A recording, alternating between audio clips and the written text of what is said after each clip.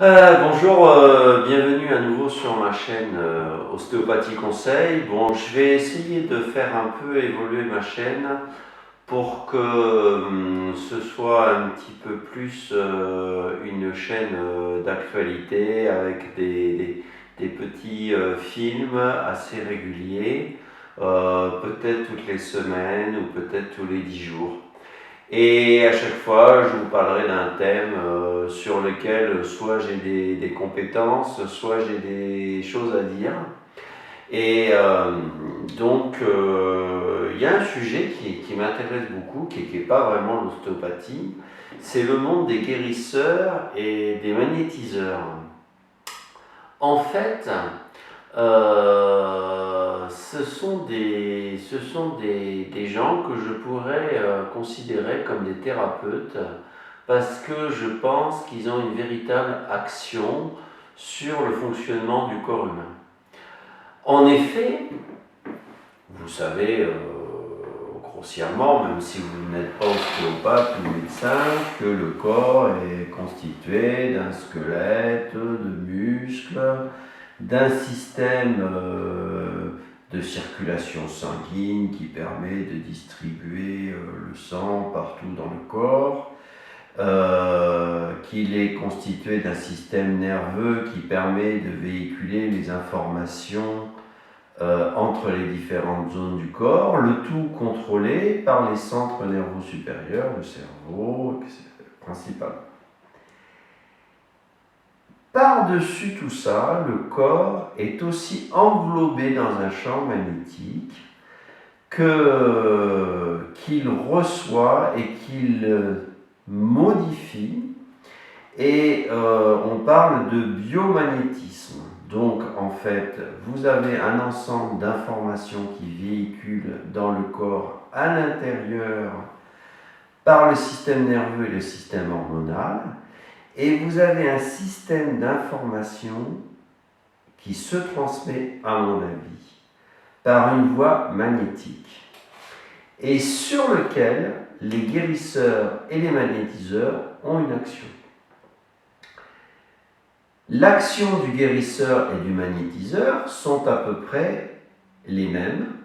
C'est la voie de guérison de l'un ou de l'autre qui diffère. Le guérisseur va utiliser un don de magnétisme qu'il n'a pas clairement identifié, qu'il considère comme un don de Dieu. En général, un guérisseur est quelqu'un de très croyant et donc il va utiliser une prière et cette prière va permettre de canaliser en lui un flux de biomagnétisme. Donc, il y a plusieurs méthodes de soins chez les guérisseurs. Il y a une méthode classique qui est de discuter avec le patient qui souffre, lui demander quelle est sa douleur, quelle est sa souffrance, puis de se rapprocher de la zone de douleur et avec le pouce faire un signe de croix, comme ça, soit une fois, soit plusieurs fois, et tandis qu'on fait le signe de croix, le guérisseur va réciter le Notre Père, ou, et curieusement, c'est souvent plus efficace, une prière qui évoque la guérison et que souvent il aura hérité de ses parents, de son père guérisseur ou de sa mère, et qui lui aura dit c'est un secret, cette prière est un secret, et grâce à ce secret tu vas pouvoir guérir. Après, vous avez des guérisseurs qui utilisent l'imposition de la main, et pendant qu'il impose la main, il va réciter sa prière et donc diffuser un biomagnétisme. Le biomagnétisme émanant de la main ou du pouce du guérisseur va modifier le biomagnétisme du patient ou du malade et va agir sur la sensation de douleur. Alors, si la pathologie c'est essentiellement une douleur, si c'est une sciatique, si c'est une névralgie, ben, on peut dire que le patient va être soigné.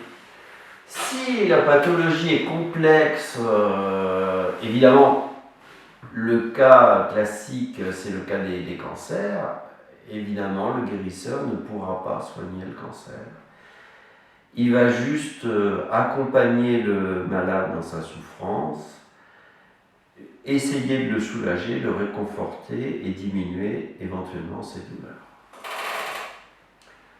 Dans mon département d'activité, dans l'Aveyron, il y avait une longue tradition de guérisseurs et encore maintenant, beaucoup de gens qui souffrent font appel aux guérisseurs et se sentent soulagés. Un guérisseur que j'estimais beaucoup, qui habitait dans le même village que moi,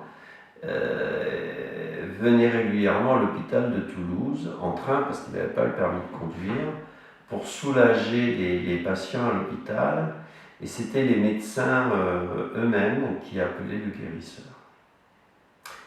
Ensuite, vous avez le magnétiseur. Alors le magnétiseur, il va agir aussi sur le biomagnétisme du patient, mais lui, il ne va pas utiliser forcément sa croyance en Dieu ou une prière. Il va juste apprendre par des voies plus ou moins scientifiques, plus ou moins pratiques, à modifier les champs magnétiques autour de lui. Donc en fait, il va utiliser des passes où il va modifier un champ magnétique, il va faire des impositions de main, où il va renvoyer un autre champ magnétique. Et il va utiliser aussi le pendule, qui est un détecteur finalement de modification de magnétisme. Et donc, à partir de cette gestuelle et à partir de cette capacité à modifier son propre champ biomagnétique et influencer le champ biomagnétique du patient, le magnétiseur va avoir finalement autant de résultats que le guérisseur, voire plus, puisque finalement il va avoir une compréhension du phénomène magnétique qui sera plus précise que celle du guérisseur.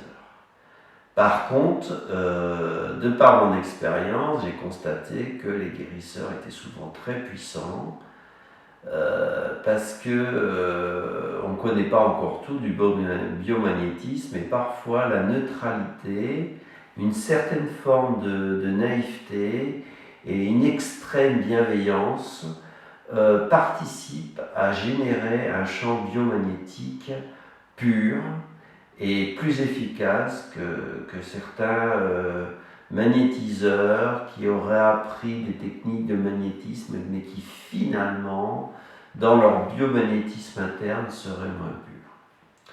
Voilà, j'espère que je vous ai un petit peu éclairé sur le monde des magnétiseurs et des guérisseurs. Donc ce ne sont pas des charlatans. Les charlatans de la médecine ne sont pas toujours à l'endroit où on croit. Et soyez vigilants, soyez perspicaces et soyez le conducteur de votre santé.